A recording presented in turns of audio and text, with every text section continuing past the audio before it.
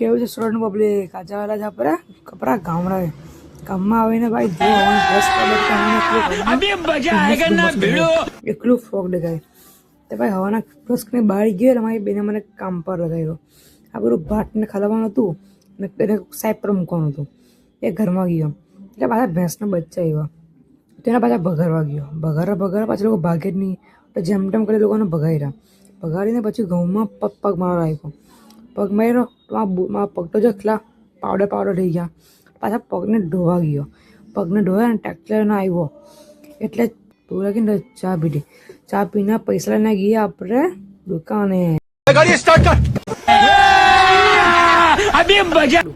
દુકાન પરથી સામાન લઈને આપણા ઘરે જવા માટે રવાના થઈ ગયા એટલે વાર લાગી નહીં એટલે આપણે ઘરે પહોંચ્યા ને મારા કપડાં જો એકદમ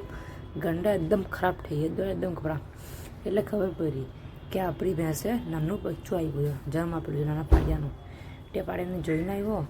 એ જોઈને પાછો રાતથી રજા આપણા ઘઉંના પોટલા ઘરમાં મૂક્યા એટલે આપણો બ્લોગ પૂરાય છે બાય બાય ગાઈસ.